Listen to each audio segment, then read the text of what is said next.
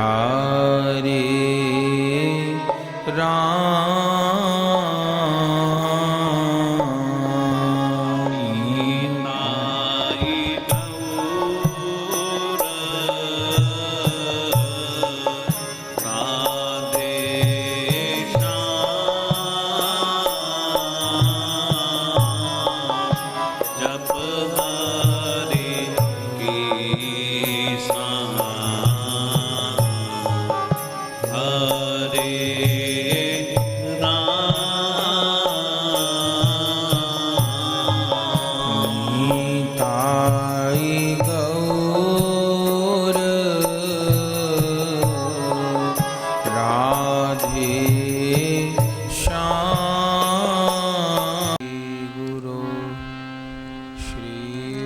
पदकमलं श्रीगुरुं वैष्णवांश्च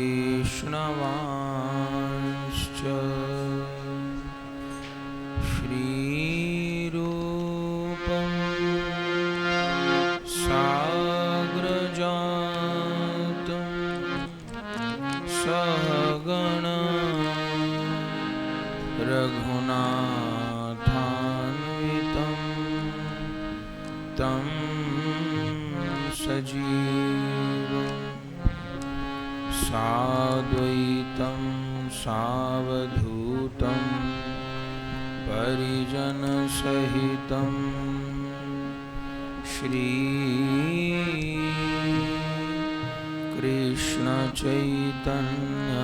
श्रीकृष्णचैतन्यदेवं श्रीराधा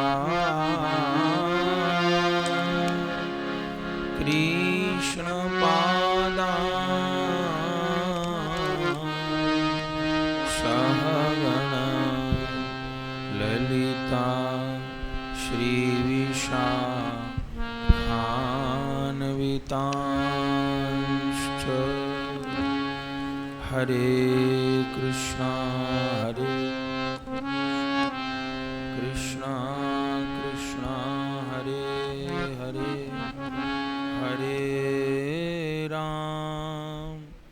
हरे राम राम राम हरे हरे वाञ्छाकल्पतरुभ्यश्च कृपा सिन्धुभ्यैव च पतितानां पावनेभ्यो श्रीवैष्णवेभ्यो नमो नमः। श्रीगुरुचरणकमलेभ्यो नमो नमः। सन्तचरणकमलेभ्यो नमो नमः। श्रीगुरुप्रेमानन्दे निताय गौर हरि बोल। श्रीगुरुप्रेमानन्दे निताय गौर हरि बोल। श्रीगुरुप्रेमानन्दे निताय गौर हरि बोल। भजनीताय गौर राधे श्याम जप हरे कृष्णा हरे राम। निताय गौर राधे श्याम जप हरे कृष्णा हरे राम। निताय गौर राधे श्याम। निताय गौर राधे श्याम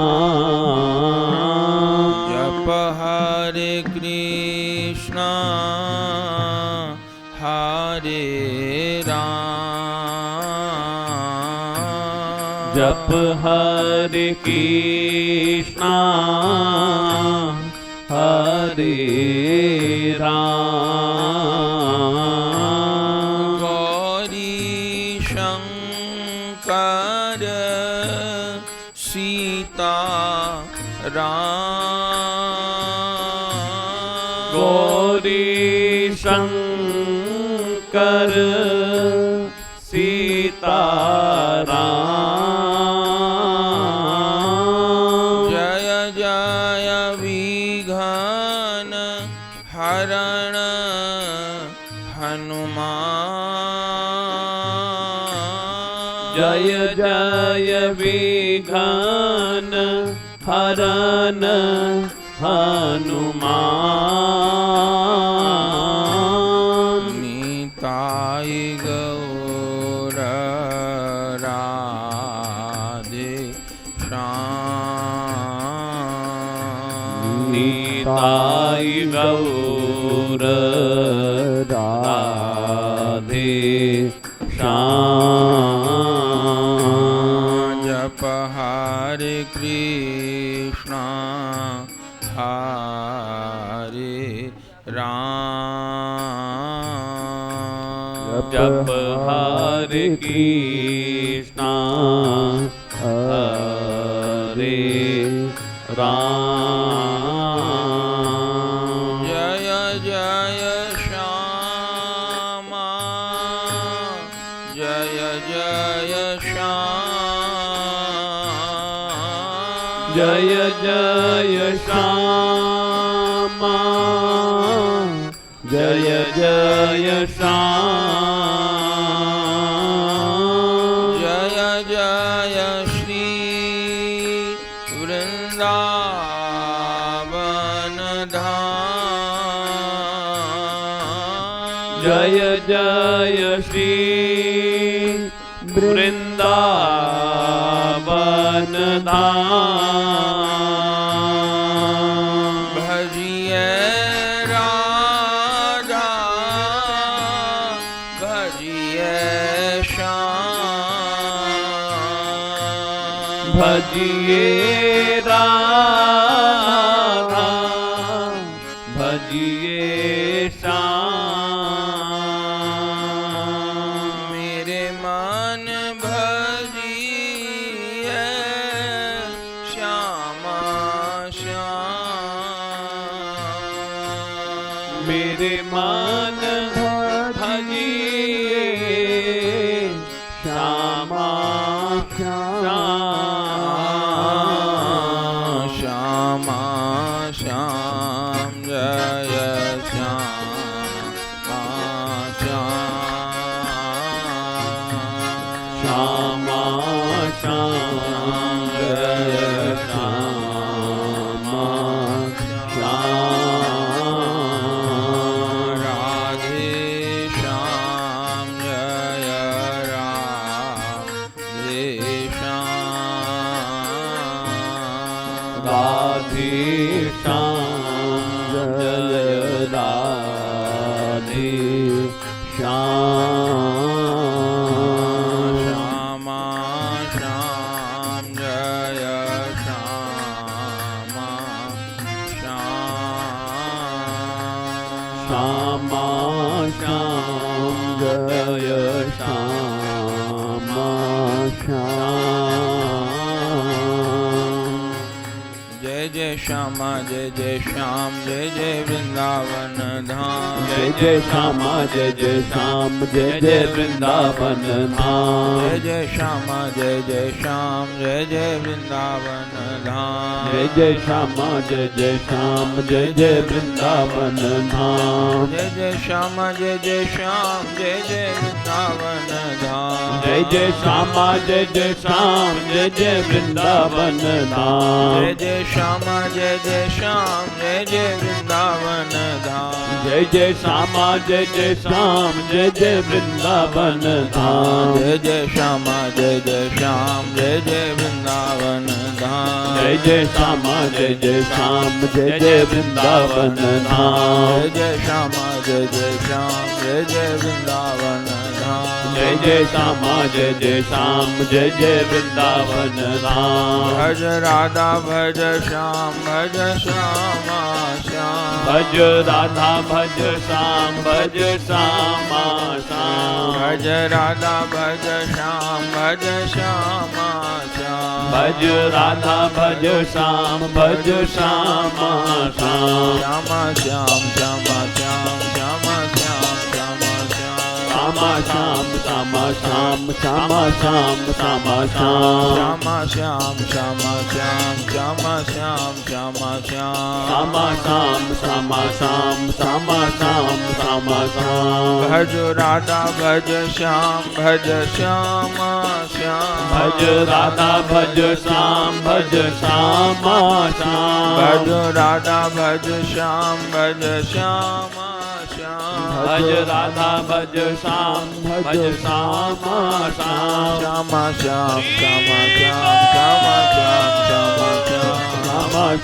श्यामा श्याम श्यामा श्याम श्यामा श्याम राधे श्याम राधे श्याम राधे श्याम राधे श्याम राधे श्याम राधे श्याम राधे श्याम राधे श्याम जय जय श्यामा जय जय श्याम जय जय वृंदावन धाम जय जय श्यामा जय जय श्याम जय जय वृंदावन धाम जय जय श्यामा जय जय श्याम जय जय वृंदावन धाम जय जय श्यामा जय जय श्याम जय जय वृंदावन धाम श्यामा श्याम श्यामा श्याम श्यामा श्याम श्यामा श्याम श्यामा श्याम श्यामा श्याम श्यामा श्यामा श्याम श्यामा श्याम श्यामा श्याम श्यामा श्याम श्यामा श्याम श्यामा श्याम श्यामा श्याम श्यामा श्याम श्री राधे श्याम राधे श्याम राधे श्याम राधे श्याम राधे श्याम राधे श्याम राधे श्याम राधे श्याम श्यामा श्याम श्यामा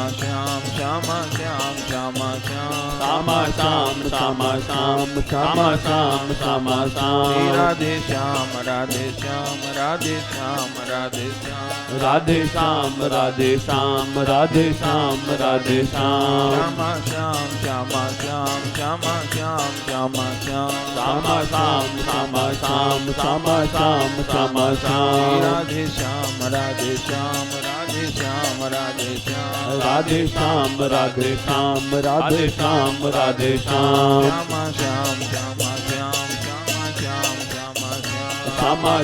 श्यामा श्याम श्यामा श्याम श्यामा श्याम राधे श्याम राधे श्याम राधे श्याम राधे श्याम राधे श्याम राधे श्याम राधे श्याम राधे श्याम श्यामा श्याम श्यामा श्याम श्यामा श्याम श्यामा श्याम श्यामा श्याम श्यामा श्याम श्यामा श्याम श्री राधे श्याम राधे श्याम राधे श्याम राधे श्याम राधे श्याम राधे श्याम राधे श्याम राधे श्याम श्यामा श्याम श्यामा श्याम श्यामा श्याम श्यामा श्याम श्यामा श्याम श्यामा श्याम श्यामा श्याम श्यामा श्याम राधे श्याम राधे श्याम राधे श्याम राधे श्याम राधे श्याम राधे श्याम राधे श्याम राधे श्याम श्यामा श्याम श्यामा श्याम श्यामा श्याम श्यामा श्याम श्यामा श्याम श्यामा श्याम श्यामा श्याम राधे श्याम राधे श्याम राधे श्याम राधे श्याम राधे श्याम राधे श्याम राधे श्याम श्यामा श्याम श्यामा श्याम श्यामा श्याम श्यामा श्याम श्यामा श्याम श्यामा श्याम श्यामा श्याम राधे श्याम राधे श्याम राधे श्याम राधे श्याम राधे श्याम श्यामा श्याम श्यामा श्याम श्यामा श्याम श्यामा श्याम श्यामा श्याम राधे श्याम राधे श्याम राधे श्याम राधे श्याम राधे श्याम राधे श्याम राधे श्याम राधे श्याम राधे श्याम राधे श्याम राधे श्याम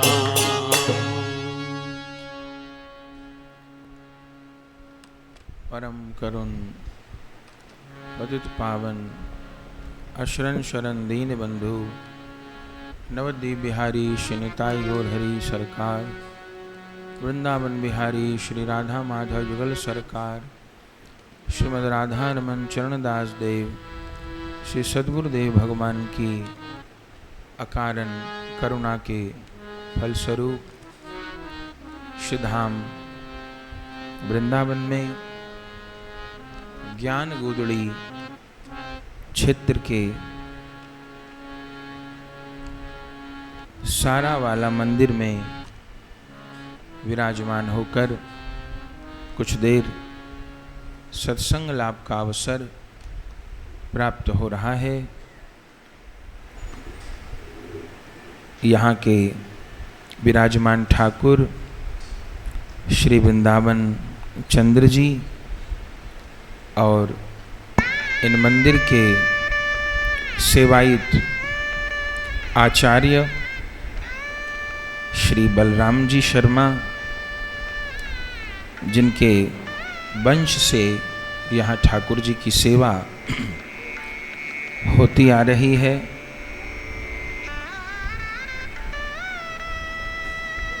ठाकुर जी के चरण कमल में बैठकर कुछ देर उनको स्मरण करने का अवसर प्राप्त हो रहा है। महाराष्ट्र सांगली से पधारी बहन अर्चना जी सांडा, आपकी सासू माता जी श्रीमती निर्मला जी सांडा और आपका समस्त कुटुंब परिवार आज के मनोरथ में उपस्थित है। बहन अर्चना जी अपने गौर कृपा धाम के ही परिकर हैं। महाप्रभु जी को चरणाश्रय ग्रहण किया है। श्री आचार्य जी का बहन ने बताया कि बहुत भाव था कि यहाँ ठाकुर जी के चरणों में सत्संग हो, तो भगवान ने हमको ये अवसर प्रदान कर दिया। वास्तव में ये जो ब्रज है, बिरज श्रीधाम वृंदावन है, ये साधन भूमि नहीं है, ये फल भूमि है। जैसे वृक्ष साधन है और उसका फल उसका साध्य है, ऐसे श्रीधाम वृंदावन के अतिरिक्त ये छोटे बड़े की बात नहीं है। भगवान के सारे धाम तीर्थ दिव्य हैं, सबकी एक सी महिमा है, लेकिन ये तो निसंकोच हम सबको, सब आचार्यों ने स्वीकार किया है कि इस ब्रज को जैसा सौभाग्य मिला है, ऐसा सौभाग्य किसी भूमि को नहीं मिला। सौभाग्य क्या मिला है कि यहाँ ठाकुर जी नंगे पांव डोले हैं और सब अवतारों में भगवान पादुका धारण करते हैं। भगवान दो चार नहीं है, भगवान तो एक ही है। अनंत रूपों में वही अनुभव देते हैं, पर वो वामन बनते हैं भले पृथ्वी को नापने के लिए, पर वामन भगवान नंगे पांव नहीं है, चरण कमल में खड़ाऊ धारण करते हैं। सब भगवत स्वरूप अयोध्या जी की अनंत महिमा है, लेकिन अयोध्या जी में प्रभु राजकुमार बन के प्रकट हुए हैं। वो गोप के पुत्र नहीं हैं, वो राजा धीराज के पुत्र हैं, चक्रवर्ती सम्राट के पुत्र हैं। तो चक्रवर्ती सम्राट का पुत्र क्या नंगे पांव डोलेगा? चक्रवर्ती सम्राट का पुत्र तो हीरा जड़ी पादुका पहरेगा, रोज नई पादुका पहरेगा। अयोध्या जी की महिमा अनंत है, कम नहीं है, लेकिन उनको भी प्रभु का उतना चरण स्पर्श प्राप्त नहीं हुआ। आंगन में भगवान नंगे पग डोले होंगे, अयोध्या की गलियों में कब डोले खबर नहीं।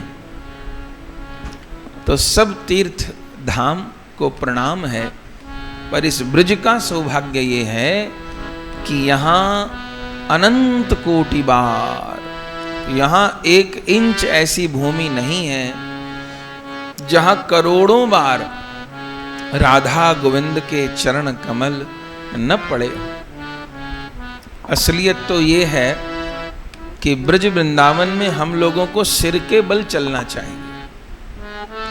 यहां तो पैर से चलना अपराध है। हमारे परम गुरुदेव श्रीपाद गौरांग दास बाबा जी महाराज वे ये कह रहे थे किसी प्रसंग में कि ये सारी ब्रजभूमि तो भगवान की पादांकित भूमि है, तो यहां हम पैर कैसे रखें।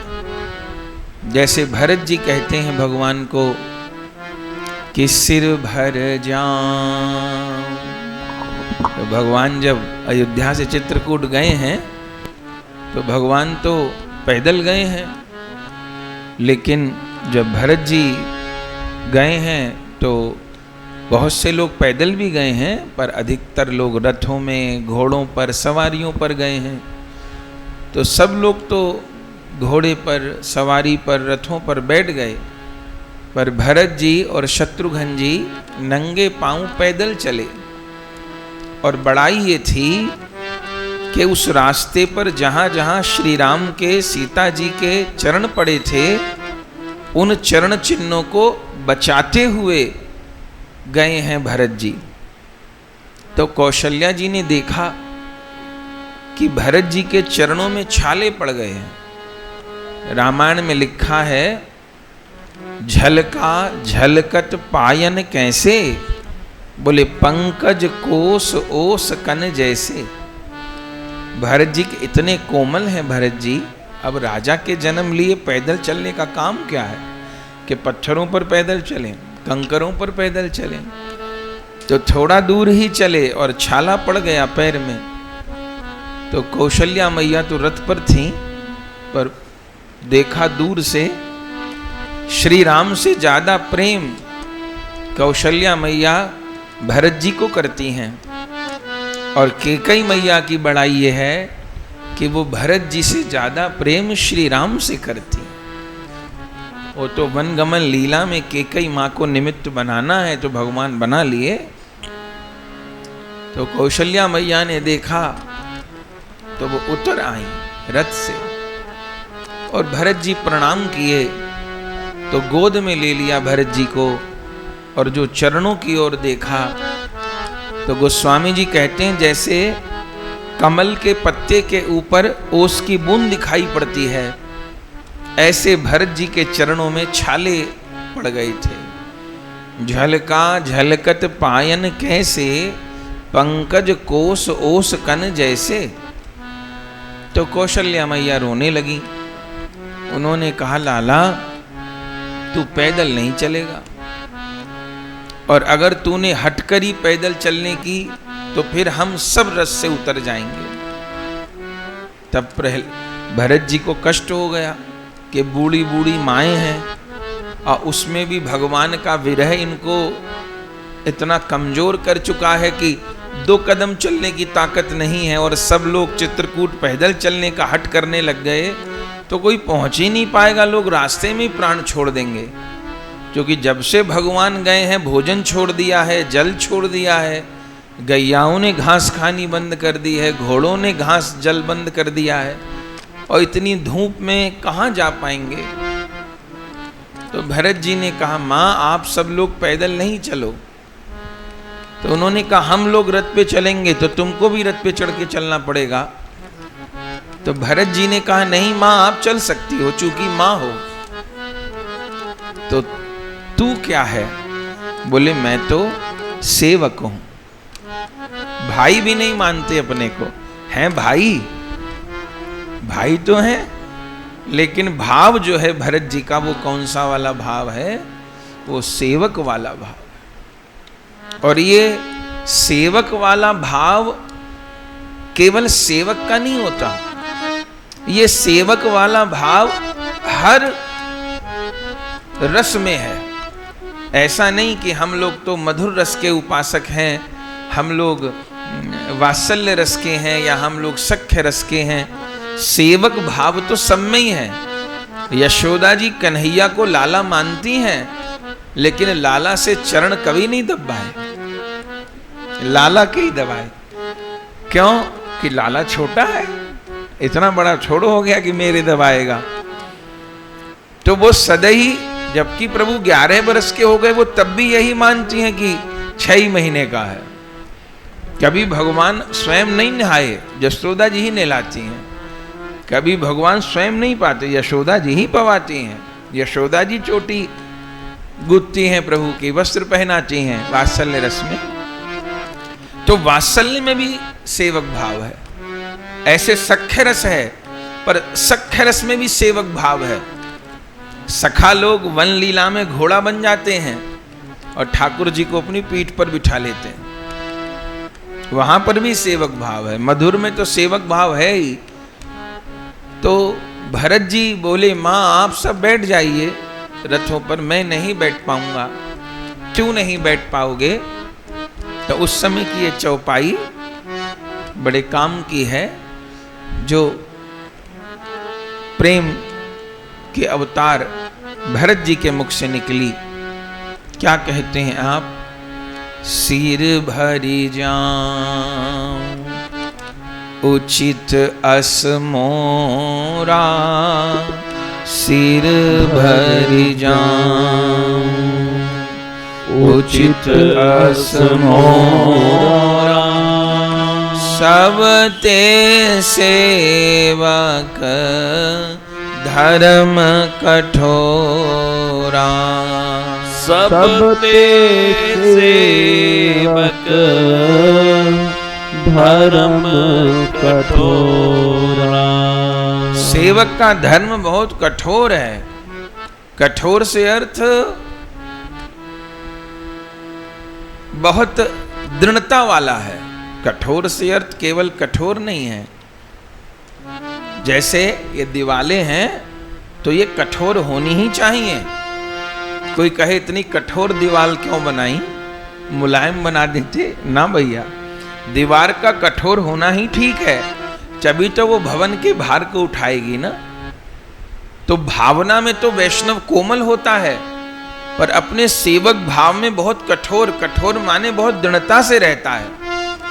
मेरे जीवन में सब कुछ छूट जाए, जब जो मिलना है मिलेगा और जब जो छूटना है छूटेगा, पर मेरे जीवन में कभी सेवक भाव न छूट पाए। तो भरत जी कहे, सिर भर जाऊं उचित असमोरा, सबते सेवक धर्म कठोरा। उचित मेरे लिए ये है कि मुझे सिर के बल जाना चाहिए। जहां मेरे प्रभु चरण रखें वहां मुझे सिर रखना चाहिए, पर सिर के बल कहां चल पाऊंगा। तो कम से कम इतना तो हो कि मैं अपने पैरों से पैदल चलकर जाऊं। लेकिन मां मानने को तैयार नहीं थी। तब भरत जी जान गए कि मेरी इस यात्रा में विघ्न क्यों हो गया। बोले, मैंने अपना त्याग प्रकट कर दिया। अपने अनुभव को, अपनी भजन की बातों को, जो भजन वाले मार्ग पर अग्रसर है और लग रहा है कि चलो उससे चर्चा कर लेते हैं, तो यहां तक तो ठीक है। लेकिन कभी अपने भीतर अपने को सिद्ध दिखाने की भावना न आए कि हम इतने भजनानंदी हैं, हमको जी भगवान का इतनी बार दर्शन हो गया है जी, हमको ऐसा हो गया, हमको वैसा हो गया। ये सब नहीं, ये सब दिखाने की चीज नहीं है।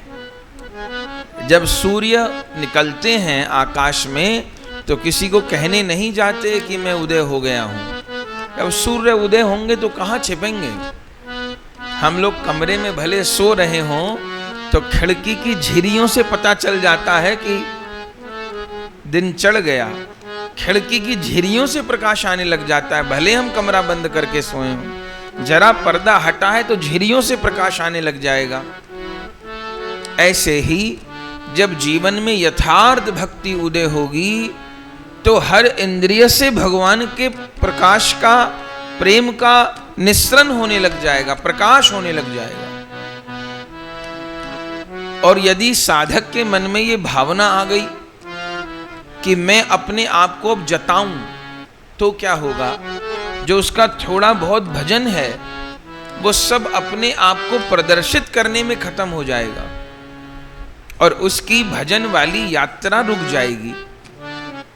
तो जीवन में दंभ न आने पावे, दिखावा न आने पावे।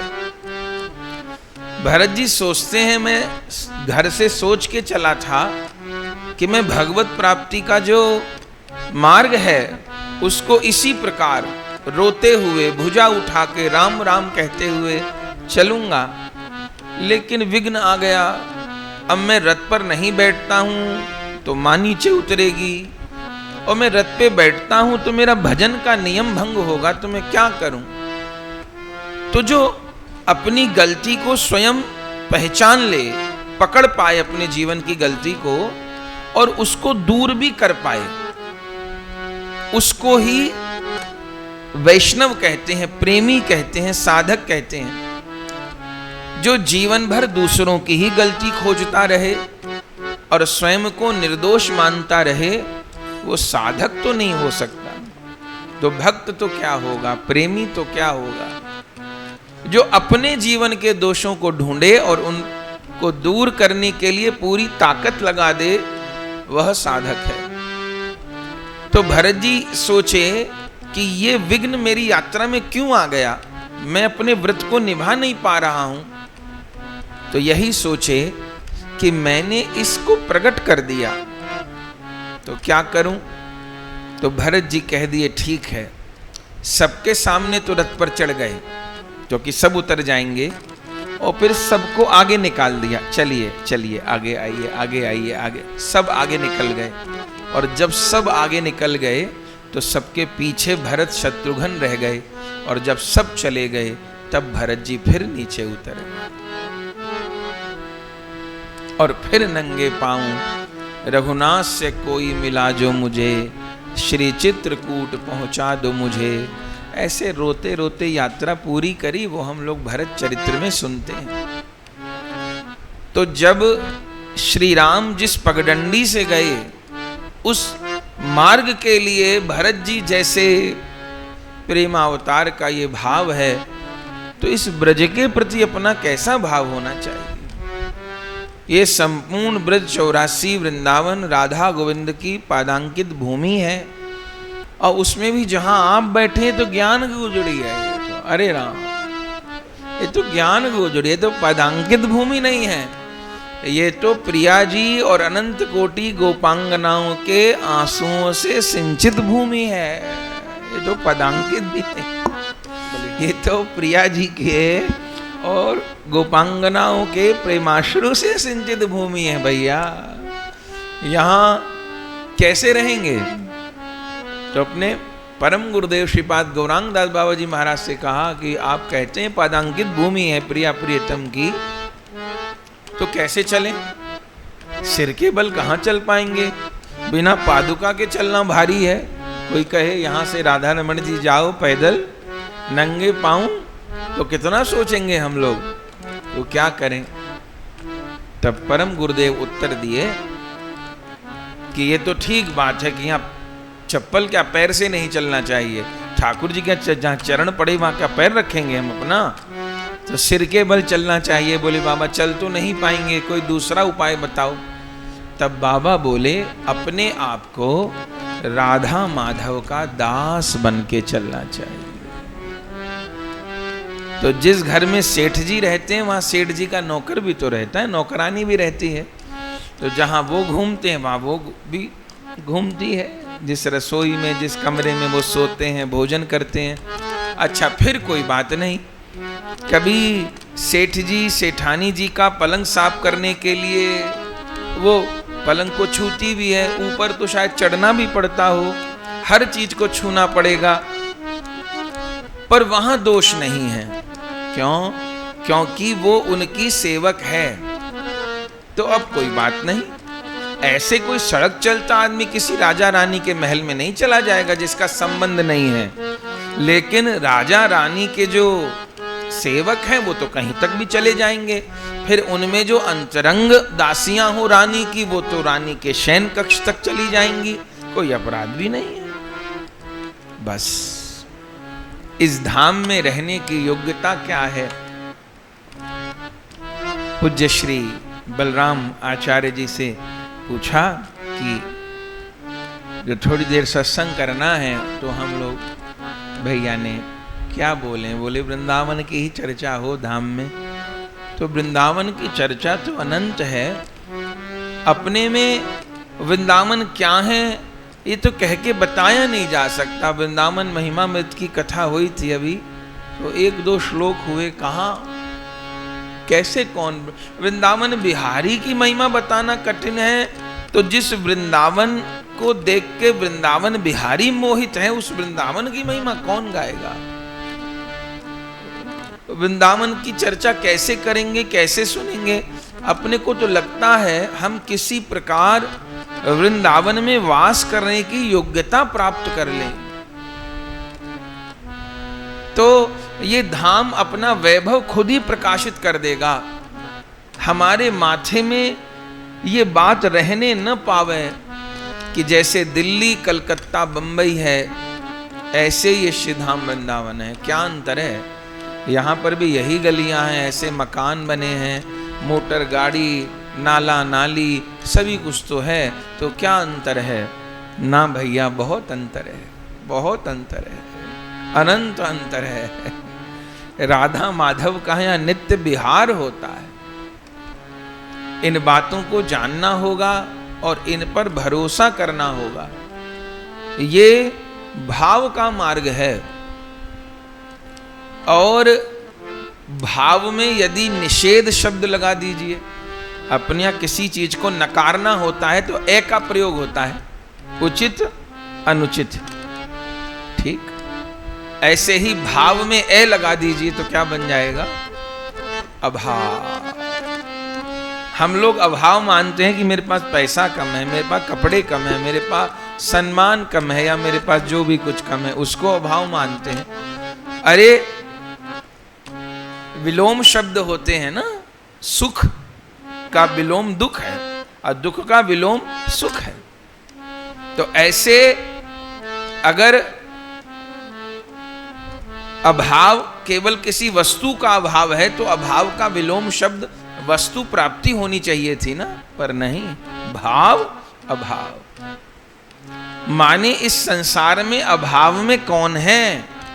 अभाव में वो है जिसके पास इन वृंदावन चंद्र के प्रति भाव नहीं है। वो सब में बड़ा अभावग्रस्त है, उससे बड़ा अभावग्रस्त कोई है ही नहीं। और इस अभाव को दूर नहीं किए तो जीवन में कितने अभाव दूर कर लीजिए, हो नहीं सकते अभाव दूर। जैसे रावण के नहीं हुए अभाव दूर, उससे बड़ा धनवान तो कोई हो ही नहीं सकता। लेकिन इतने पर भी जीवन में रावण का अभाव ही दूर नहीं हुआ। वो करोड़ों स्त्रियां हैं तो भी सीता जी को देख के उसका मन बिगड़ रहा है। क्या कुछ नहीं है उसके पास, पर इतना होने के बाद भी उसका अभाव दूर नहीं हो रहा। और दूसरी तरफ देखिए, रामायण का अगर सबसे धनवान पात्र कहें तो रावण है, और रामायण का सबसे गरीब पात्र यदि कोई है तो वो केवट और शबरी है। सबसे अभाव, जिसको हम अभाव मानते हैं वो है नहीं अभावग्रस्त, पर हम जो मानते हैं।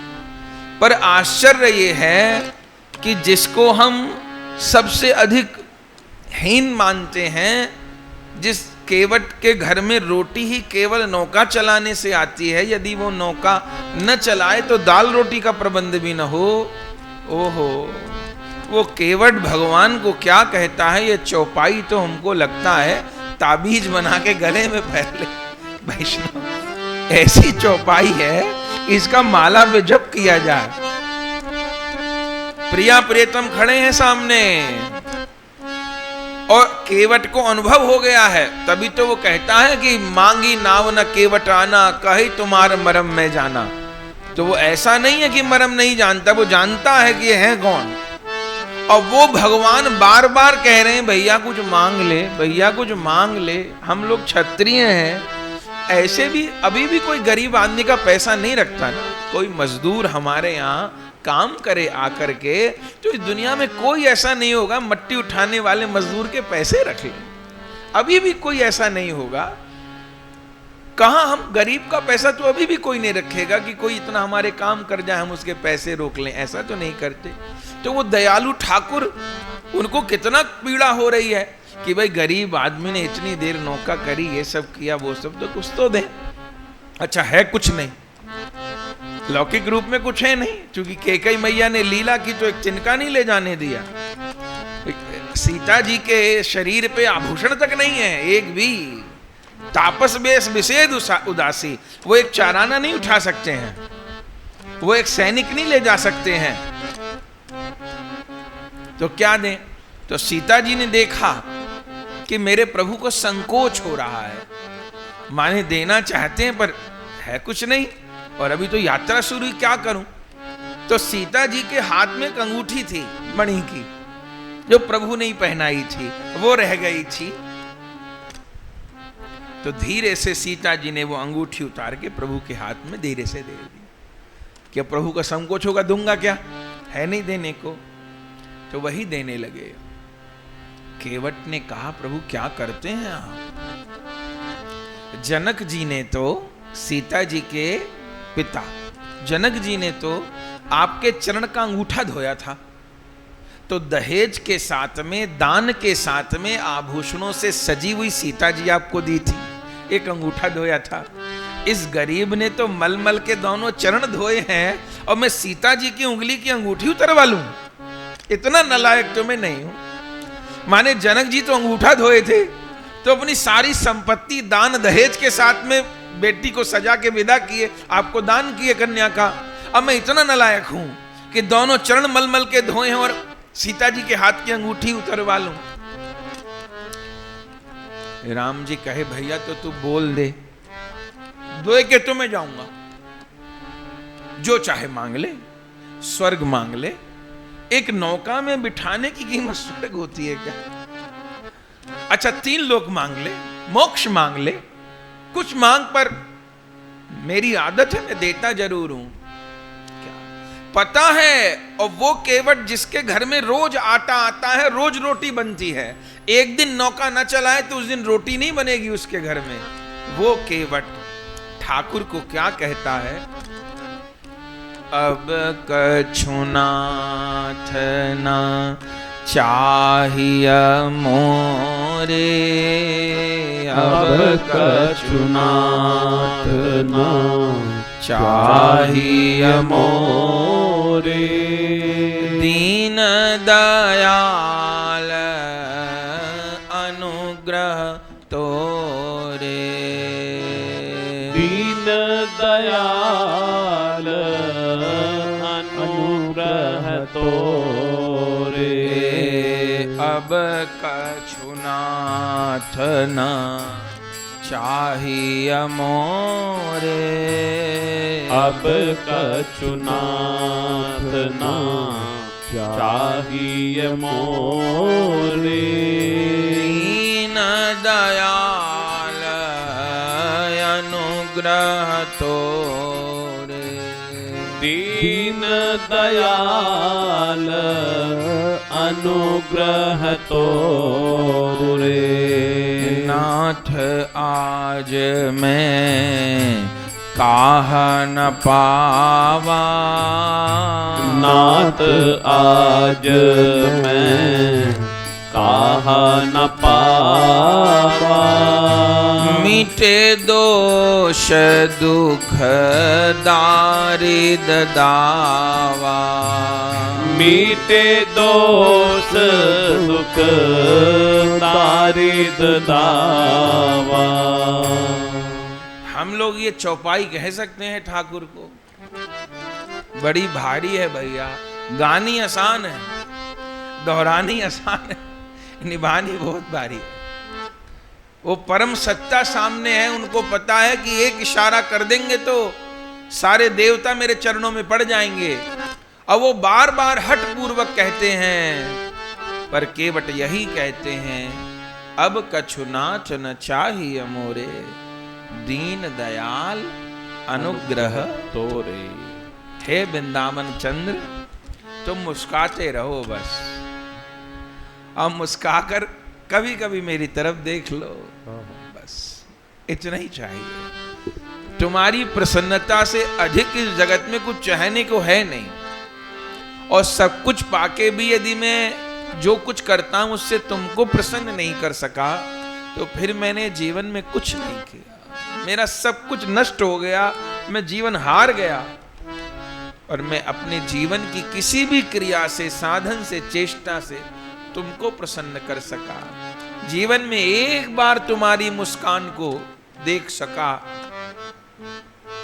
तो मैं धन्य हो जाऊं। अब कछु नाच न चाहिए मोरे, दीन दयाल अनुग्रह, अनुग्रह, तुम्हारा अनुग्रह चाहिए।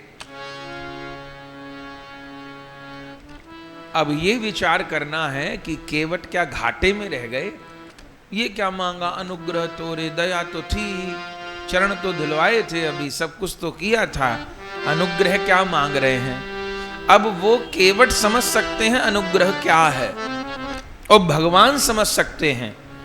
प्रभु हमारी बाहरी चेष्टाओं को कम देखते हैं, प्रभु हमारे भीतर मन की स्थिति को देखते हैं। हम आप वृंदावन आए क्यों आए, हम आप वृंदावन रह रहे हैं क्यों रह रहे हैं, हम आप भजन कर रहे हैं क्यों कर रहे हैं।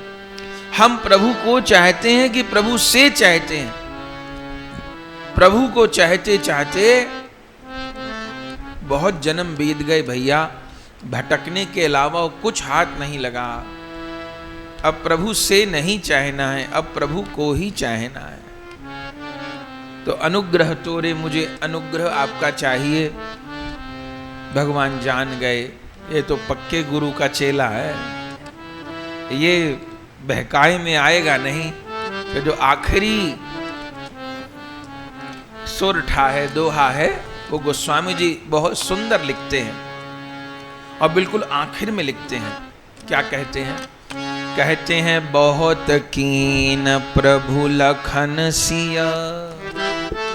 पहले प्रभु तो कह ही रहे थे, फिर भगवान ने लक्ष्मण जी की तरफ इशारा किया कि तुम्हारा ही चेला है, तुम कह दो कुछ, मान ले तुम्हारी बात। तो लक्ष्मण जी ने भी कहा भैया अब कोई बात नहीं, प्रभु से इतना थोड़ो कहलवाता है कोई।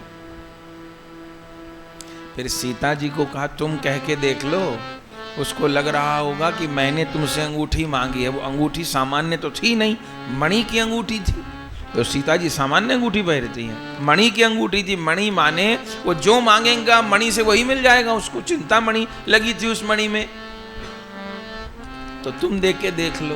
पर ना भैया ना, उसको तो अब असली मणि चाहिए थी, वो छोटी मोटी मणि से मानने वाला नहीं है।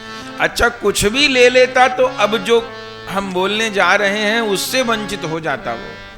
अगर वो कुछ भी चाह लेता, वो तो कन्हैया खेल करते हैं ना, देख रहे हैं कन्हैया को तो खेल की आदत है, वो सबसे खेलने लग जाते हैं। फिर देखते हैं ये दाव कैसा चलता है। अब ठाकुर को तो हम लोग खेल में हरा नहीं सकते ना, वो खेल खेलता है ठाकुर, देखता अब ये क्या करता है, अब ये क्या करता है, अब ये क्या करता है, अब ये क्या करता है। हम लोग वृंदावन आते हैं पर वृंदावन रस से वंचित होके चले जाते हैं। ठाकुर जी कहते ठीक है, मुझे क्या जरूरत, मेरा तो फायदा ही हो गया। इनको कहीं वृंदावन रस मिल जाता है, ये भी मुझे गोपियों की तरह बांधते, और अपने बांधने वालों की संख्या क्यों बढ़ाऊं मैं। ठीक है दूर रहो, ठीक है जाओ जाओ जाओ, संसार चाहिए ले जाओ जाओ यहां से। वो कन्हैया पकड़ में नहीं आएगा, नहीं पकड़ में आएगा। उनको या तो यशोदा जी उखल से बांधती हैं, या उनको राधा रानी की चुनरी के साथ सखियां बांधती हैं, गठजोड़ जब कर देती हैं। वो स्थायी रूप से या तो यशोदा जी की गोद में मिलते हैं, वहां भी चकमा दे जाते हैं, उखल से बांधा पे गिरा दिए, क्या क्या कर डाला, पेट गिरा दिए। लेकिन एकमात्र श्री राधिका ऐसी हैं, अगर उनके आंचल से ठाकुर जी के पटके की गांठ हम लोग लगा पाए, यहां तो दो दो प्रिया हैं, कहां भागेंगे। एक प्रिया से बच के भागना पा रही, यहाँ तो दो दो पहरेदार खड़े हैं, तो ठाकुर भाग भी नहीं सके, ना इधर से भाग सके ना उधर से भाग सके। तो प्रिया जी के आंचल से गठजोड़ कर दिया तो नहीं भागेंगे। इसलिए वृंदावन की उपासना जुगल की है, अकेले ठाकुर नहीं चाहिए हमें। हमें ठाकुर चाहिए, वृंदावन का ठाकुर चाहिए, वो भी राधा रानी वाला चाहिए। और का भरोसा नहीं, चकमा देके कब चला। मैं राधा रानी के साथ जो ठाकुर है आएगा तो मुश्किल से वो,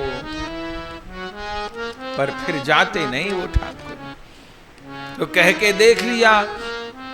फिर गोस्वामी जी आखिर में कहते हैं, बहुत कीन प्रभु लखन सिया, नहीं कछु केवट ले।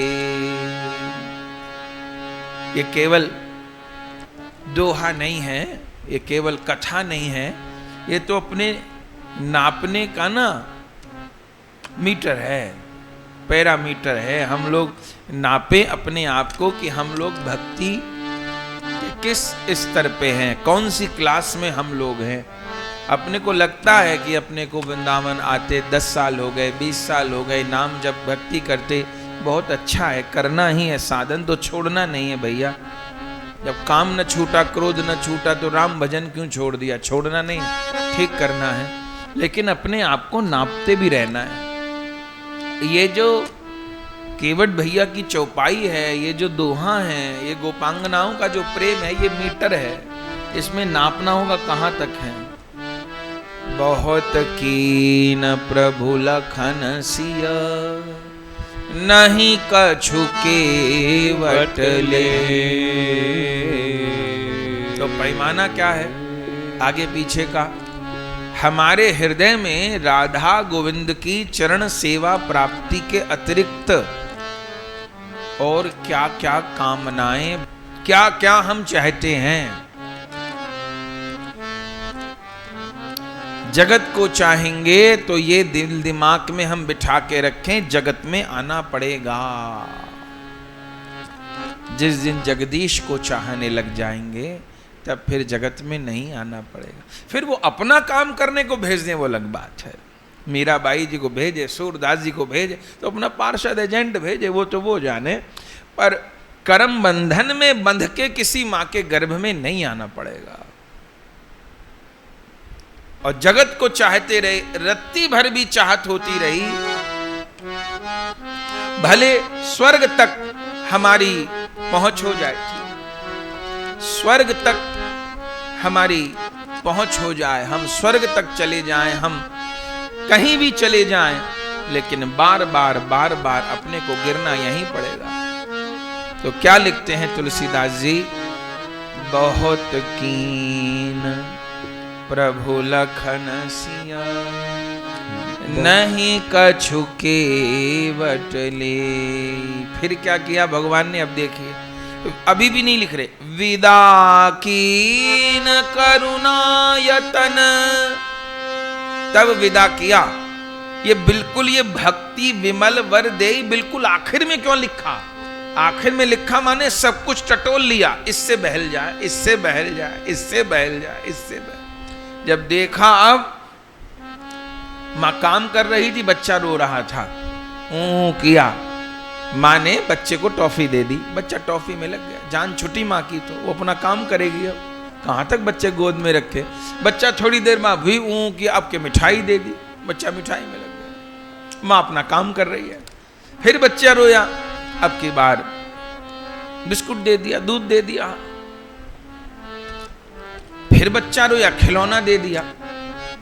जब तक बच्चा वस्तु में उलझता रहा, मां उलझाती रहेगी। उसको काम करना है ना अपना। एक समय ऐसा आएगा, बच्चा टॉफी में, खिलौने में, बिस्कुट में किसी से नहीं मानेगा, वो केवल मां के लिए रोएगा। मां को अनुभव हो जाएगा अब ये नहीं मानेगा, फिर वो कितना जरूरी काम कर रही हो उसको छोड़ देगी और बच्चे को गोद में ले लेगी। बस यही भक्त और भगवान की लीला है। ठाकुर जी वस्तु फेंकते रहेंगे, हम जब तक उलझते रहेंगे, प्रभु कहेंगे ठीक है। लेकिन जब ऐसा जीवन में क्षण आएगा, केवल गोविंद के लिए ही रोना होगा, तब क्या होगा?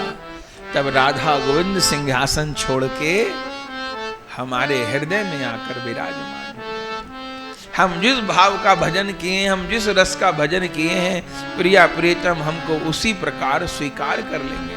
ये सबर से आखिर की वस्तु है। तो क्या लिखते हैं तुलसीदास जी? बहुत कीन प्रभु लखन सिया, नहीं कछु केवट ले, विदा कीन करुणा यतन, भगति विमल वर दे।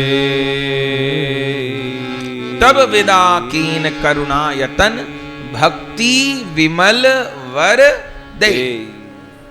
आखिर में भक्ति का विमल वर दे करके केवट को विदा कर दिया।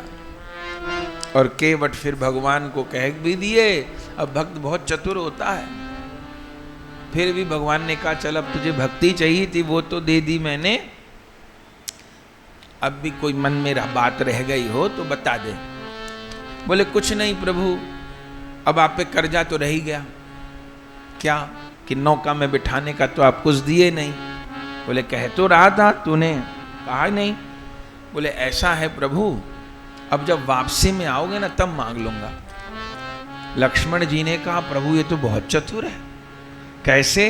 कि माने ये अभी गारंटी कर रहा है कि वापसी में लौटो तो इसी रास्ते से लौटना, मुझे दर्शन देना और मेरी नौका में बैठना। फिरती बार मोहि जो देबा, लौटते हुए मुझे जो दोगे वो मैं लूंगा। राम जी ने कहा ठीक है। फिर राम जी जब लौटे तो उस समय तो विमान में थे, तो बैठ कहाँ पाए? नहीं बैठ पाए। केवट ने तो अपनी नौका किनारे पर बांध दी थी और आंखों पर पट्टी बांध ली थी। अब न तो किसी और को देखूंगा और न नौका में किसी को चढ़ने दूंगा, क्योंकि ठाकुर चढ़ गए ना, अब किसको चढ़ने दूं? लोगों ने कहा तू तो भूखा मर जाएगा, रोटी कहाँ से चलेगी? बोले भूखा मरना मंजूर है, ये नौका तो मेरी अब आराध्य हो गई, साध्य हो गई ना, साध्य हो गई। वृंदावन साध्य है। एक बार ठाकुर नौका में चढ़े तो वो साध्य है केवट के लिए। और इस वृंदावन में तो खेले हैं ठाकुर जी, तो ये वृंदावन साधन नहीं है। हम लोग को जीते भी वृंदावन चाहिए, हम लोग को मरते भी वृंदावन चाहिए। अपने को कहाँ जाना है मर के? हमको कहीं नहीं जाना। हमको जीते भी वृंदावन चाहिए, हमको मरते भी वृंदावन चाहिए। तो बोले मरते चाहिए तो फिर क्या करें? देखिए हमको स्वप्न में वही दिखता है, भले हमें याद ना हो, जिसको हम देख चुके हैं और जिसको हम भोग चुके हैं। स्वप्न में वही दिखता है। इस जन्म का नहीं, या तो पिछले जन्म का होगा। जो स्टोर है हमारे भीतर, मन वही स्वप्न में या संकल्प में या विचारों में दिखाता है। जो चीज हमने कभी देखी नहीं है और जो चीज अनुभव नहीं की है वो कभी मन में आएगी ही नहीं। ठीक? तो वृंदावन आना क्यों है? बीच बीच में लगातार वास क्यों करना? अखंड नहीं हो रहा पर आते रहना है। कारण क्या है? कि हमारे मन को वृंदावन का रास्ता याद हो जाए। इस मन को यहाँ का रास्ता याद हो जाए, वृंदावन की दिशा याद हो जाए, तो क्या होगा? हो सकता है प्रारब्धवश पता नहीं मृत्यु वाले समय हम लोग कहाँ हो, अब किस अवस्था में हो, कहीं वेंटिलेटर पे ही पड़े हो, ये तमाम सुइयां लगी हो, पता नहीं क्या दशा हो, खबर तो है नहीं ना। लेकिन भैया देह बीमार पड़ती है, रोगी होती है, बूढ़ी होती है, मन नहीं कभी बीमार पड़ता, ये नहीं रोगी होता। ये तो मरते समय इसमें तो और जान आ जाती है, क्योंकि शरीर तो पड़ा होता है उस समय। तो ये मन उस समय को कहां को भागता है? जहां का इसने रास्ता देखा होता है। तो इस मन को वृंदावन का स्वाद मिल जाए, इस मन को वृंदावन में प्रीति हो जाए। इसलिए अपने जितने भी रसिक हुए ना, उन सब ने मन पे जोर देकर बात की। रे मन वृंदावन सो कर प्रीत, मन वृंदावन सो कर प्रीत, मन वृंदावन सो कर प्रीत, मन वृंदावन सो कर प्रीत। कल कल कर काल आ जावे, कल कल कर काल आ जावे, सब दिन जावत बीत, सब दिन जावत बीत, मन वृंदावन सो कर प्रीत, मन वृंदावन सो कर प्रीत, मन वृंदावन सो कर प्रीत, मन वृंदावन सो कर प्रीत, कल कल करी काल आ जावे, कल कल करी काल आ जावे, कल कल करी काल आ जावे, कल कल करी काल आ जावे, सब दिन जावत बीत, सब दिन जावत बीत, मन वृंदावन सो कर प्रीत, मन वृंदावन सो कर प्रीत, मन वृंदावन सो कर प्रीत, मन वृंदावन सो कर प्रीत, मन माया में तन माधव में, मन माया में तन माधव में, यह तो बड़ी अनीत, यह तो बड़ी अनीत, मन माया में तन माधव में, मन माया में तन माधव में, यह तो बड़ी अनीत, यह तो बड़ी अनीत, गौरदास बीती सो बीती, गौरदास बीती सो बीती, गौरदास बीती सो बीती, गौरदास बीती सो बीती, अब के बाजी जीत, अब के बाजी जीत, मन वृंदावन सो कर प्रीत, मन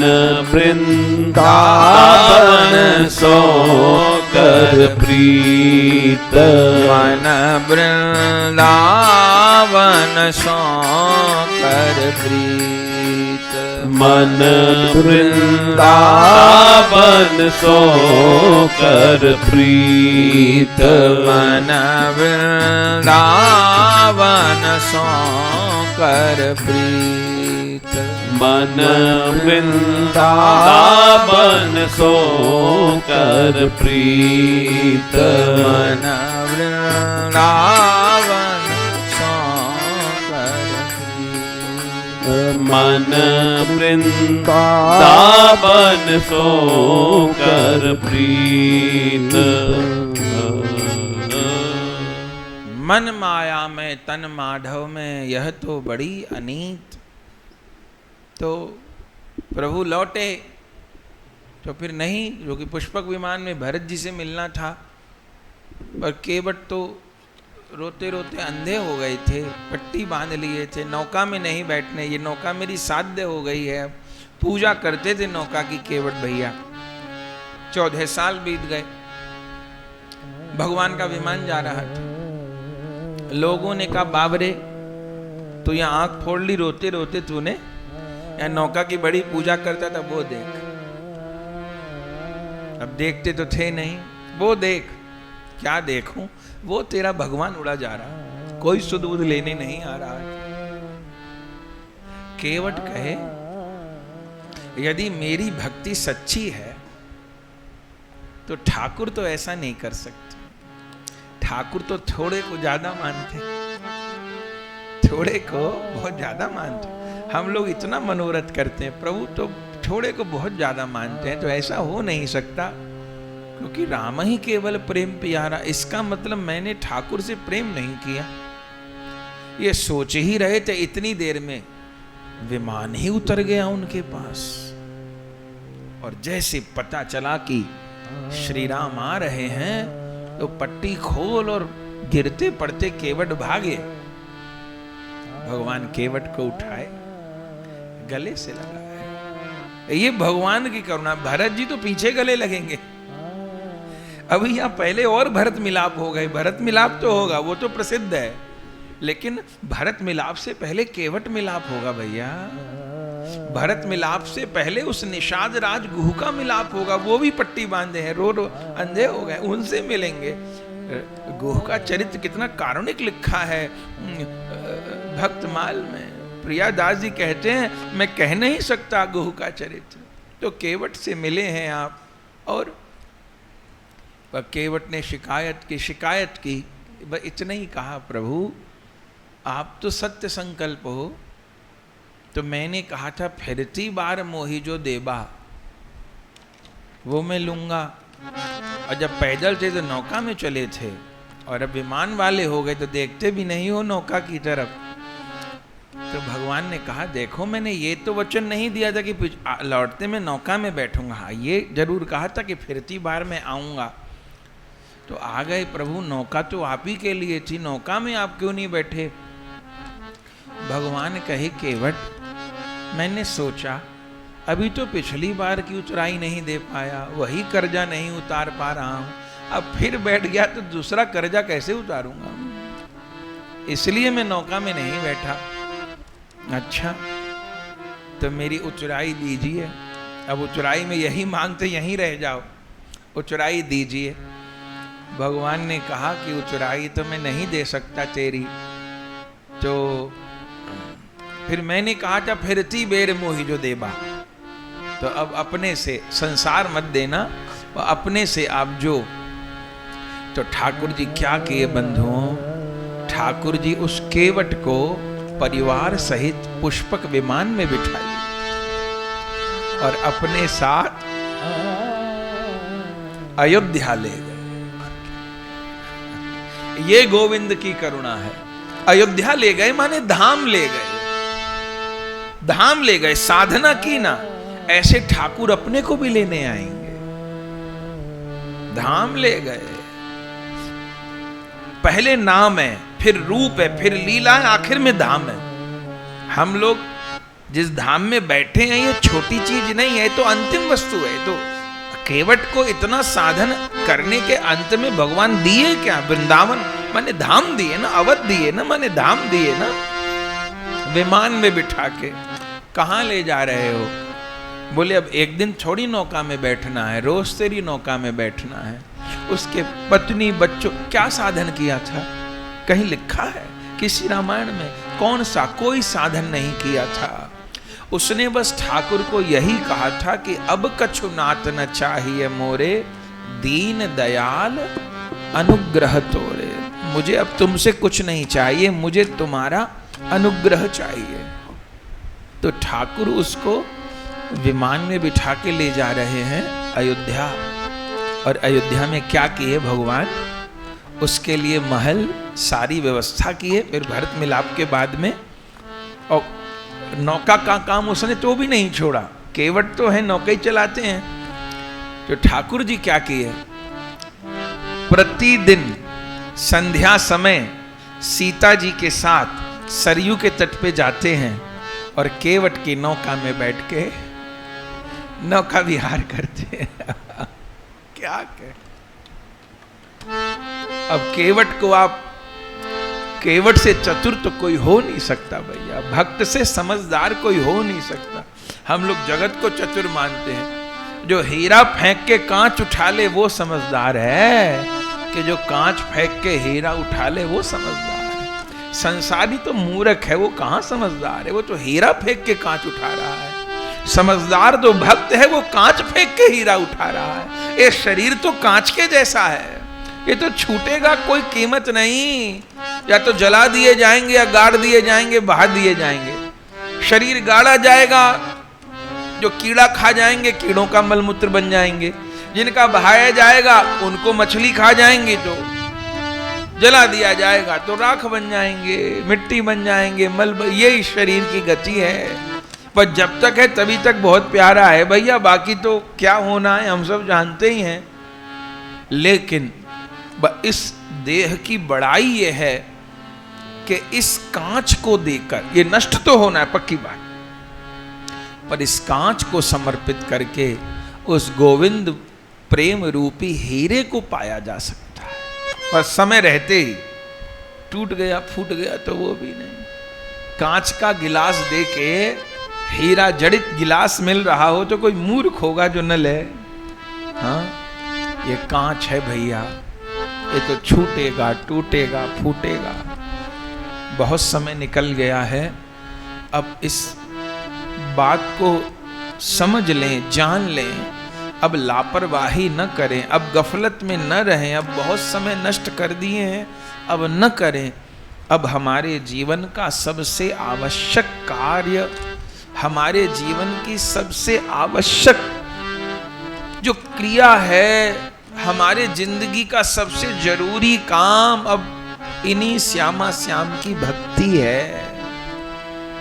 हमारे जीवन की सबसे बड़ी प्राप्ति अब इन्हीं के चरण कमल की प्राप्ति है। अब मुझे कोई आशा रखनी नहीं, मुझे केवल इन्हीं की प्राप्ति की आशा करनी है। और केवट ने कहा था, वह इतनी चौपाई पे ठाकुर को बांध लिया, अब कछुनात न चाहिए मोरे, दीन दयाल अनुग्रह तोरे।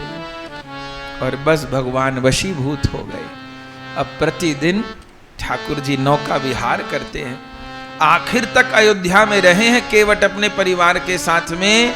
और जब अयोध्या ले गए, प्रगट धाम ले गए अपने, और जिस समय श्री राम अपनी लीला पूर्ण किए 33,000 बरस बाद, तो जितने अवधवासी थे उन सबको नित्य धाम भगवान लेकर गए। उस समय केवट और उसके परिवार के लोगों को भी भगवान अपने नित्य धाम में लेकर गए। केवट ने अपना लोक भी बना लिया, केवट ने अपना परलोक भी बना लिया। बाहर से देखिए तो क्या साधन है उसके पास, कोई साधन नहीं है, वो तो साधनहीन है। असलियत ये है कि साधन किस लिए किए जा रहे हैं, असलियत ये है साधन साधनहीन होने के लिए किए जा रहे हैं। अब हमको केवल इन्हीं का भरोसा रहे और कुछ बाकी न रहे, तो मन वृंदावन सो कर प्रीत, कल कल करी काल आ जावे, सब दिन जामे बीत। मन माया में तन माधव में, यह तो बड़ी अनीत। गौरदास बीती सो बीती, अब के बाजी जीत। बहुत जन्मों की बाजी हार गए, इस जन्म में नहीं हारना। प्रतिदिन राधा रानी को विनती करिए। आप जो पाठ करते हैं, स्तुति करते हैं, सब अच्छे हैं, लेकिन रो के पुकारना होगा राधा गोविंद को। इसके बिना काम नहीं चलेगा। जो पाठ करते हैं, जो मंत्र करते हैं, जो पद्धति, सब अच्छा, सबको प्रणाम, सब आचार्यों को प्रणाम, हर पाठ स्तुति प्रार्थना को प्रणाम। पर भैया व्याकुल हुए बिना काम नहीं चलेगा। रो के पुकारना पड़ेगा राधा गोविंद को। इस धाम को चाहना होगा, श्यामा श्याम को चाहना होगा। दयालु बहुत हैं, निष्ठुर नहीं है, अत्यंत कृपा के सिंधु हैं। जिस दिन ईमानदारी से एक आंसू आंख में आ गया, ये तो भागने को तैयार है, मिलने को तैयार है। तो इन्हीं को चाहना है, इनके धाम को चाहना है, इन्हीं के नाम रूप लीला धाम को चाहना है, इन्हीं के नाम रूप लीला धाम में अपने को आसक्ति करनी है, इन्हीं को प्राप्त करना है। और वृंदावन की महिमा तो अनंत है। तो हम सबको श्रीधाम की आसक्ति प्राप्त हो, श्रीधाम की रज प्राप्त हो, यही कह करके अब विश्राम करेंगे। थोड़ी देर कीर्तन करते हैं, फिर प्रस्थान करेंगे। जय जय श्यामा श्याम, जय जय राधे श्याम, जय बंशी वट वृंदावन धाम। जय जय श्यामा श्याम, जय जय राधे श्याम, जय बंशी वट वृंदावन धाम। जय जय श्यामा श्याम, जय जय राधे श्याम, जय बंशी वट वृंदावन धाम। जय जय श्यामा श्याम, जय जय राधे श्याम, जय बंशी वट वृंदावन धाम। जय जय श्यामा श्याम, जय जय राधे श्याम, जय जय श्यामा श्याम, जय जय राधे श्याम, जय बंशी वट वृंदावन धाम। जय बंशी वट वृंदावन धाम। जय यमुना तट वृंदावन धाम। जय यमुना तट वृंदावन धाम। जय वंशी वट वृंदावन धाम। जय वंशी वट वृंदावन धाम। जय जय श्यामा श्याम, जय जय राधे श्याम, जय वंशी वट वृंदावन धाम।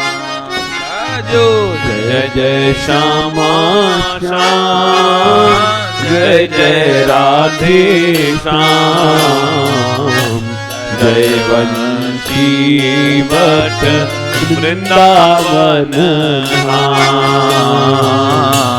जय वंशी वट वृंदावन धाम। जय वंशी वट वृंदावन धाम। निताय गौराधे श्याम हरे कृष्णा भजन निताई गौराधे श्याम हरे कृष्णा हरे राम। निताय गौराधे श्याम हरे कृष्णा हरे भजन निताई गौराधे श्याम हरे कृष्णा हरे राम। निताय गौराधे श्याम हरे कृष्णा हरे भजन निताई गौराधे श्याम हरे कृष्णा हरे राम। निताय गौराधे श्याम हरे कृष्णा हरे राम। निताई गौराधे श्याम हरे कृष्णा हरे राम। निताय गौराधे श्याम हरे कृष्णा हरे राम। भजन निताई गौराधे श्याम हरे कृष्णा हरे राम। हरि बोल हरि बोल हरि बोल हरि बोल। निताय गौर हरि बोल हरि बोल हरि बोल हरि बोल। श्री गौर हरि बोल हरि बोल हरि बोल गौर हरि बोल। श्री गौर हरि बोल हरि बोल हरि बोल हरि बोल। जय गौर हरि बोल हरि बोल। जय गौर हरि बोल हरि बोल। गौर हरि बोल हरि बोल। श्री गौर हरि बोल हरि बोल निताय गौर हरि बोल हरि बोल निताय गौर हरि बोल हरि बोल राधे बोल राधे बोल राधे बोल राधे बोल कृष्ण बोल कृष्ण बोल कृष्ण बोल कृष्ण बोल हरि बोल हरि बोल हरि बोल हरि बोल हरि बोल हरि बोल हरि बोल हरि बोल हरि बोल हरि बोल हरि बोल हरि बोल श्री गौर हरि बोल हरि बोल हरि बोल हरि गौर बोल हरि बोल हरि बोल हरि बोल हरि बोल श्री गौर हरि बोल हरि बोल हरि बोल हरि निताय गौर बोल हरि बोल हरि बोल निताय गौर हरि बोल हरि बोल गौर हरि बोल हरि बोल निताय गौर हरि बोल हरि प्रेम बोल से कहिए जय जय जय श्री राधे जय श्री राधे जय जय श्री राधे श्री राधा वृंदावन चंद्र की जय हो श्री सद्गुरुदेव भगवान की जय हो श्री गुरु प्रेमानंदे निताय गौर हरि बोल कृष्ण हरे राम भजनीताय गौरादेशाम हरे कृष्ण हरे राम भजनिताय गौरादेशाम हरे कृष्ण हरे राम भजनीताय गौरादेशाम हरे कृष्ण हरे राम भजनिताय गौरादेशाम हरे कृष्ण हरे राम भजनीताय गौरादेशाम हरे कृष्ण हरे राम निताय गौरादेशाम हरे कृष्ण हरे राम भजनीताय गौरादेशाम हरे कृष्ण हरे राम भजनिताय गौरादेशाम हरे कृष्ण हरे प्रेम से कहिए जय जय श्री राधे श्याम श्री गुरु प्रेमानंदे निताय गौर हरि हरि बोल।